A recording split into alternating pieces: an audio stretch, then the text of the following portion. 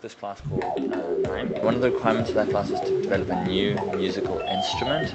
I don't know if I've succeeded in doing that, but that class definitely was great because it made me think about the ways in which you control sound and what ways are comfortable and not comfortable and what gestures or motions could be entertaining or not.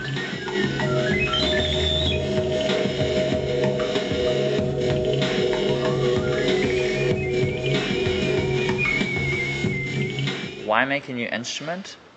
I think an instrument, like a musical instrument more than anything, is a live interface to something. It's a controller, and it's a controller that you can become good at, that you can develop learned behaviors, and which will make you, perhaps in the audience's eyes, a virtuoso.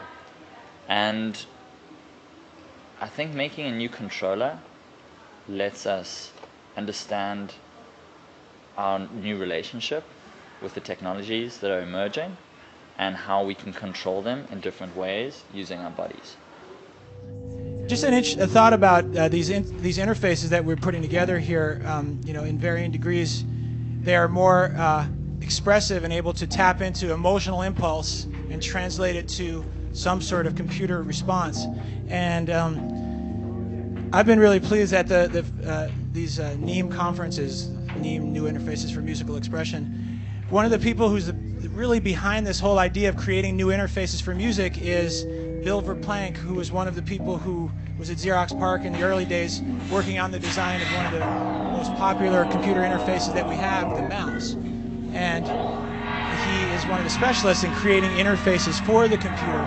And his special interest now, though, is musical interfaces, because he thinks through musical interfaces, the demands that musicians require, that the response time has to be so immediate. There's so little latency that can be dealt with. Well, this will push interfaces with the computer to beyond what we're used to now: keyboard, mouse, piano, keyboard, drums, and the like. So he's a big proponent of this whole idea, and actually has created a number of force feedback interfaces where the computer actually gives force feedback back to the musician.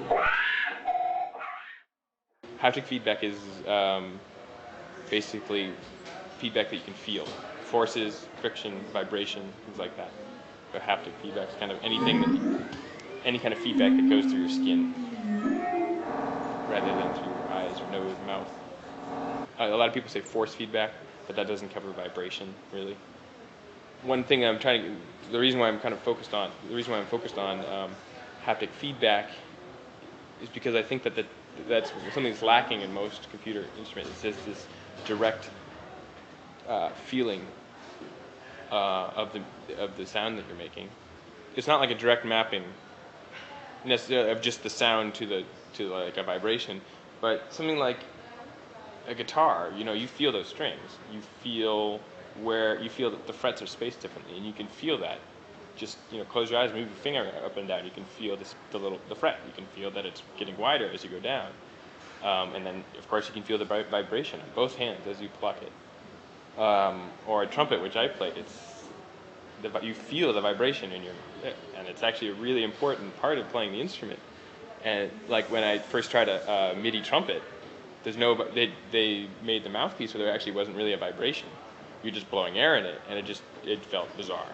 It felt like you're numb. It felt like you had a big shot of Novocaine, and you're playing this trumpet. The notes were there, but you felt like you're detached.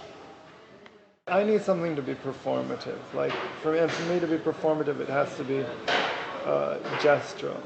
What I want to be able to do is to control different aspects of it live, which will make sense to the audience. So they'll be able to understand that my gestures actually influence the sound directly, and I'm making that sound directly. Physical phenomenon are something that I like to tie the sound to. I like there to be something physical that there is some interaction with. You look at a performer like in Korea, for example, even a singer, they have a fan. You don't like sing without a fan. You need some sort of physical thing to have for expression. So.